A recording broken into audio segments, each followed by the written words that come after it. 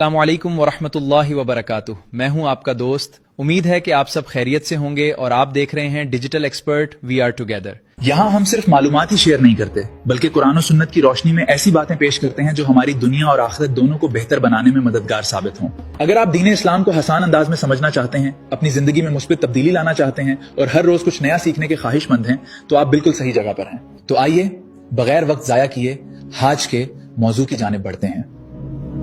خوش آمدید۔ آج ہم تاریخ کے ایک ایسے حیرت انگیز واقعے کو کھولنے جا رہے ہیں جہاں ایک عظمت والے دور کا خاتمہ ہوتا ہے اور ایک بالکل نئے دور کا آغاز۔ ہم سیدھا قرآن اور صحیح احادیث کے مستند حوالوں کی روشنی میں اس سفر کو سمجھیں گے۔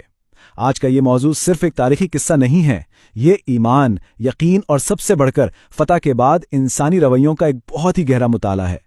تو بس بغیر کسی تاخیر کے اس مقدس سفر کو شروع کرتے ہیں اور دیکھتے ہیں کہ جب انسان اللہ کے حکم پر اپنا سب کچھ چھوڑ کر مکمل بھروسہ کرتا ہے تو نتیجہ کیا نکلتا ہے۔ اچھا، اب ذرا اس منظر کا تصور کیجئے۔ 40 سال کی طویل سرگردانی اور بھٹکنے کے بعد ایک پوری نسل نے اس وقت کا انتظار کیا تھا۔ حضرت موسیٰ علیہ السلام اس دنیا سے رخصت ہو چکے تھے۔ عام طور پر ہوتا یہ ہے کہ ایک عظیم پیغمبر کی وفات کے بعد کوئی بھی قوم راستہ بھٹک سکتی ہے نا؟ لیکن یہاں کہانی تھوڑی مختلف تھی۔ بنی اسرائیل کے پاس ایک نیا لیڈر تھا، حضرت یوشع علیہ السلام۔ سامنے وہی مقدس زمین تھی جس کے اندر طاقتور دشمن بیٹھے تھے، لیکن اس بار میدان میں اترنے والی قوم وہ پرانی قوم نہیں تھی جو خوفزدہ ہو کر پیچھے ہٹ جاتی تھی۔ یہ ایک ایسی نئی نسل تھی جو اللہ پر مکمل یقین رکھتی تھی۔ یہ لوگ اب پیچھے ہٹنے والوں میں سے نہیں تھے، یہ اپنے وعدے کو پانے کے لیے بالکل تیار تھے۔ تو چلیے سب سے پہلے اس نئے دور کے آغاز کی بات کرتے ہیں۔ حضرت موسیٰ علیہ السلام کی وفات کے بعد سفر رکا نہیں، کیونکہ انبیاء کا مشن کبھی نہیں رکتا۔ اللہ کا پیغام اور اس کی منصوبہ بندی ہمیشہ چلتی رہتی ہے۔ یوشع بن نون علیہ السلام نے قیادت سنبھالی، جن کا ذکر صحیح احادیث میں بالکل واضح طور پر ایک نبی کے روپ میں آیا ہے۔ منزل وہی تھی لیکن جذبہ نیا تھا۔ اگر ہم پرانی نسل کا رویہ دیکھیں، جب حضرت موسیٰ علیہ السلام نے انہیں آگے بڑھنے کا حکم دیا تھا تو ان کا جواب کیا تھا؟ انہوں نے صاف کہہ دیا تھا، ہم ہرگز اس میں داخل نہیں ہوں گے جب تک وہ لوگ وہاں سے نکل نہ جائیں۔ سورہ المائدہ میں یہ واضح ہے، اور اسی انکار کی وجہ سے انہیں 40 سال صحرا میں بھٹکنا پڑا۔ لیکن اب اس نئی نسل کو دیکھیے، امتحان وہی ہے، دشمن وہی ہے، پر ان کا رویہ بالکل الگ ہے۔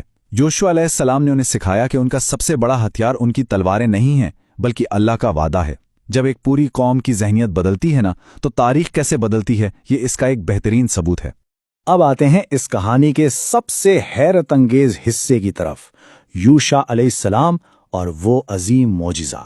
فتح سے ٹھیک پہلے ایمان کا امتحان اپنی انتہا پر تھا۔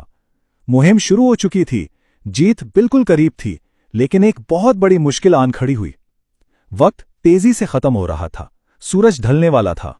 رات کا اندھیرا چھا جاتا تو دشمن اس کا فائدہ اٹھا سکتا تھا۔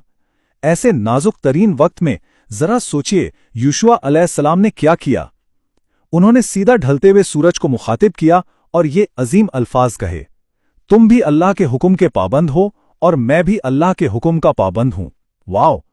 یہ الفاظ ظاہر کرتے ہیں کہ اس کائنات کی ہر ایک چیز، چاہے وہ سورج جیسا بڑا سیارہ ہی کیوں نہ ہو، اللہ کے اختیار میں ہے۔ ان کا بھروسہ اپنی فوجی حکمت عملی پر نہیں تھا، بلکہ اس ذات پر تھا جو اس پوری کائنات کا سسٹم چلاتی ہے۔ اور پھر اس مکمل بھروسے کا نتیجہ کیا نکلا؟ صحیح البخاری اور صحیح مسلم کی متفقہ احادیث ہمیں بتاتی ہیں کہ اللہ تعالیٰ نے لٹرلی وقت کے پہیے کو روک دیا۔ سورج کو ایک مدت کے لیے اپنی جگہ پر ٹھہرا دیا گیا تاکہ یوشع علیہ السلام اپنی فتح مکمل کر سکیں۔ رسول اللہ صلی اللہ علیہ وسلم نے واضح فرمایا ہے کہ سورج کسی انسان کے لیے نہیں روکا گیا سوائے یوشع کے۔ یہ کوئی معمولی واقعہ نہیں ہے، یہ اس بات کا اٹل ثبوت ہے کہ اللہ اپنے سچے بندوں کے لیے فزکس اور نیچر کے قوانین کو بھی بدل سکتا ہے۔ یہاں ایک بہت ہی دلچسپ اور بنیادی اصول سمجھ آتا ہے۔ فتح تو نصیب ہو گئی، لیکن اگر ہم قرآن اور صحیح احادیث کو پڑھیں تو وہ ہمیں اس جنگ کی معمولی ملٹری ڈیٹیلز بالکل نہیں بتاتے۔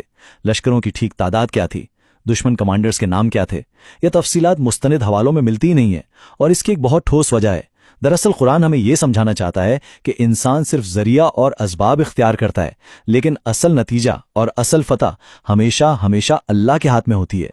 اصل فوکس صرف اور صرف اللہ کی مدد پر ہے، نہ کہ کسی کی فوجی طاقت پر۔ چلیے آگے بڑھتے ہیں۔ فتح اور عجزی کا امتحان۔ آپ جانتے ہیں، اصل امتحان تو فتح ملنے کے بعد شروع ہوتا ہے۔